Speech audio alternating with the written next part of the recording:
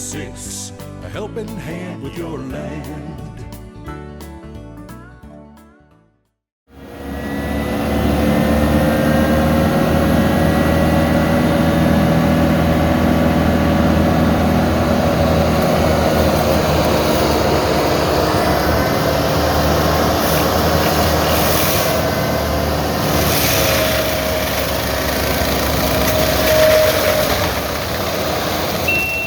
Neil from Messick's here with Blake from Loftness and a Forestry mulcher. Blake's gonna walk us around this piece of equipment and help me and you guys understand what makes a good mulcher. Hi, Blake Evanson with Loftness Specialized Equipment. We're a family-owned company at 65 years old. We're based in Hector, Minnesota, and we make anything from forestry mulchers that you see here to grain bagging equipment, crop shredders, excavator attachments, a little bit of everything for the vegetation management and the agricultural world. Cool. So this is called the Battle Axe Forestry mulcher, right? Yes, sir. Walk me around the piece. This is our newest version we came out with, newest rotor design. It comes in a 61-inch width and a 71-inch cutting width. We do our widths by what we actually cut, not the overall machine. This machine here can come in 2 motor variations. This one in particular has a variable displacement motor. You can also get it in a fixed displacement motor. You have 3 different tooth options. This here is a hardened steel. You can sharpen these teeth. You also have a hard surface version where they self-sharpen, and you also have a double carbide version, which is your longest lasting, takes more of the abuse. You mentioned the motors there being a gear pump and a variable displacement pump. Yes, so functionally, how does that impact the machine? For the lower horsepowers on your 75 Kubota SVL95, you would run the fixed motor. Okay. It doesn't have enough horsepower to actually get the full benefit of the variable displacement motors. Okay. When you jump up to the 95s, you want the variable displacement. It acts like a transmission in your truck. Okay. On a larger diameter material, you will get a shift point. Okay. As soon as you lift off that shift point, it'll decrease your RPMs and increase your torque. Cool. And as soon as you lift off, that motor responsive. So is it functionally kind of like a 2-speed track motor, like we have more or less? Similar. Yep. Same concept. Yes, okay. sir. And how does that shift? Is it like a load sensing thing? It's a load sensing at the PSI. Okay. So there's 3 different there's 3 different settings in the motor, and they come from the factory set up for what carrier we're going to be putting them on. Okay. So this knows the PSI of your Kubota. At that certain shift point, it'll downshift and upshift on the pressure caused by your rotor. So we're looking at the underside of it here. So what are the different parts that we're looking at here? The difference of ours and some of the competitor units, we run a shear bar similar to a whole tree chipper. This has 4 different cutting sides on it, and you can adjust it closer or farther away from your teeth to get different size material.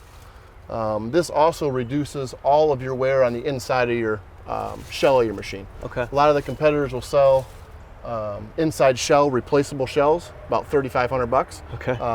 We run a whole shear bar. This here retails for about $250. I've literally sold probably 3 of them in 5 years. Right. They don't really wear out. So what is doing the work here then? I guess the tooth is taking chunks off and then they're getting cut again against your the shear bar? initial cut is coming down and you're grinding it. All your regrind material is when you're back dragging. You're going to bring all the material into this bar. Okay. You're going to have that small gap in between that all that material is sitting here and getting chopped off. As you go in, that's where you get your small chips. Okay, so you're cutting it twice. You're taking a big chip off with the tooth and then using the shear bar to make small chips. So would that be different than if you were to say compare among different companies, that what you're producing as far as chips is going to look different? Ours is going to be finer chip and less passes. Okay. All mulchers in general, you'll drive forward, grind the tree down, and then you'll back up over it to get your final product. We just have to do that less back dragging to get that finer chip. A lot of the competitors' units, something similar. It's simple. This bar you can actually use as an extra set of hands. You don't have to get out of your machine to replace that tree that might have fell the wrong way. Get a tree out of the ditch bank and pull it back to where you're grinding. Okay. A lot of the competitor units will stop about here. You're about a foot away, so you still have to get out of that machine. You still have to. I follow you. So everybody uses that bar to push the tree over. Yes, sir. But you've added additional parts onto it to be able to then manipulate it once it's on the ground. And the way our hitch plate's designed, you got a lot more roll than the competitors' units. And with that design, you also have these hoses are still very loose. You don't have the strain as you will on the competitor units of constant pull on your hydraulics. You still have very open play in these hoses, so there's not stress on either our attachment or the carriers. Cool. So that seems really smart because that potentially removes needing to have another attachment, right? Or getting in and out, safety concerns in and out of the machine. Yeah. On the new generation of the Battle Axe, you're going to notice we have this as our bite limiter design. A similar concept as a raker tooth on a chainsaw. So you still have your bump that limits your cut, so you still have that 1/2 inch cut. Unlike a lot of the competitor ring rotor, you'll see the rings that are all through it, and that's their limiter. With the rings, you reduce the amount of material that can actually be vacuumed into the machine. So with these bite limiters, we can still take the chunk, but you still have your open rotor design to bring all that material that's on the ground into the machine and process it.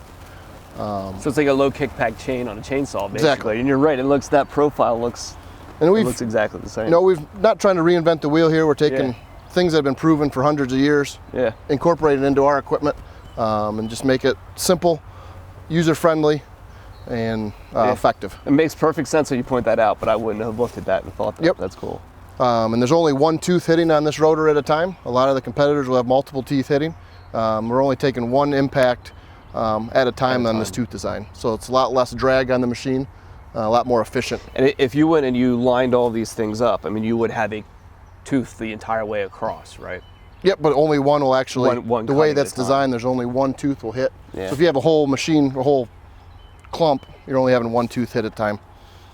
Single bolt design to take your teeth in and out. A lot of the competitors also have the double bolt. This is a new on this Battle Axe design as well. And how long teeth on something like this? I mean, does it depend on what you're cutting? Or? It's your biggest fight in any of the mulching, ours or anyone's head, is your dirt. Right. How much you reprocess it on the ground. On the standard teeth you see here, hardened steel, you're about 150 hours on a set. These are flippable and sharpenable. So you have two cutting edges on it. You can self-sharpen them with a grinder, or you can throw them out depending on what your application is.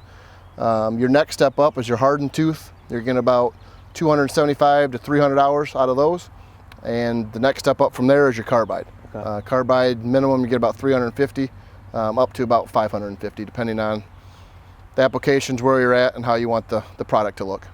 So tell me a little bit, what kind of track loader is appropriate for an attachment like this and which ones are not? How much machine does it take to pull this off? Minimum you want is 30 gallons a minute. Obviously the higher gallon per minute and higher pressure, the better performance on these type of attachments. The 75 Kubota is going to be the smallest attachment of the Kubota family. I would put one on. 30 gallons a minute on up to 45 are a recommended size for the skid steer versions. And then on the machine itself, I know you usually want demo glass in here, you definitely want a demo door Okay. installed on any brand, size, anything you do with mulching equipment. You definitely want a demo door. We do offer a auxiliary hydraulic cooler that matches right up to the top of the SVL95. Comes with a complete mounting bracket, no alterations needed for your cab. Right. We also have a hose kit that comes with it. Already pre-designed, pre-cut, pre-everything for your mechanics. I have seen some guys actually running these without cooling packages on them before, because I mean, obviously we're doing it right here, right? Yes, so that is possible, but that wouldn't be a good idea, right? I mean, you can run it both ways. If you're going to be in these machines 8-10 hours a day and you're making a full job of it, especially in the heat of the summer, the auxiliary cooler is definitely going to help keep your machine run cool. It's only going to prolong your life of your hydraulics. Right. It runs with your machine. No matter if it's running a high flow attachment or not, it's always going to be continuing cooling your hydraulics. Even just as we were standing here for that 6 minutes that you just ground, I mean, the hoses are already warm, you know, like it's obviously making a lot of heat. Another thing on the Loftness itself, we have 4 different pulley configurations and 3 different motor settings. Out of our factory, they come preset for the machine it's going on. Okay. A lot of the competitors will send you a machine and say it'll run between 30 and 45 gallons a minute. Here's your machine, good luck. We kind of take pride in tuning the machine for what it's actually going on to get the best performance. And if you have a customer moving that unit from one machine to the next, are those adjustments that they're able to make? Yep, on the motor, it takes literally 5 minutes. On the pulley configuration, it's a little more in depth, takes probably about a half hour to change those pulleys to get your right RPM on your rotor. But yes, anyone can do it.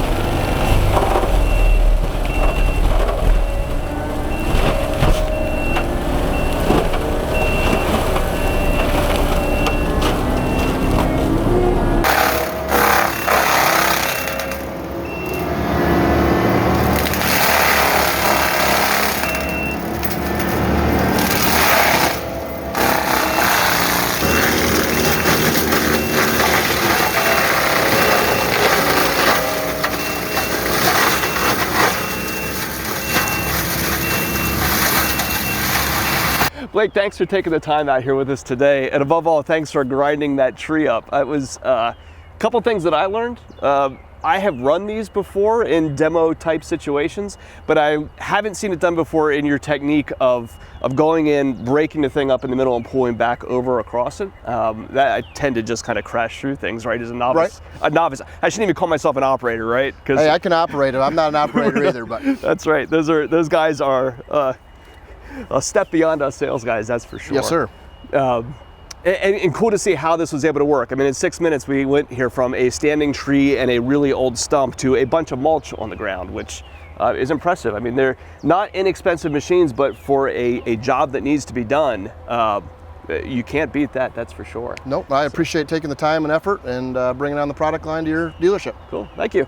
So if you guys have any attachment needs, if you could use a forestry mulcher, you need parts or service support for equipment you've already got, give us a call at Messick's. We're available at 800-222-3373 or online at messick's.com. Mitch, thanks for taking the time out here with it. Sorry. Okay. So we've done pretty good up to this point. Up to that point, we're good. All right. Mitch, thanks for taking the time out here with us today. Blake. Oh, come on, man. Gee whiz. Blake, thanks for taking the time out here with us.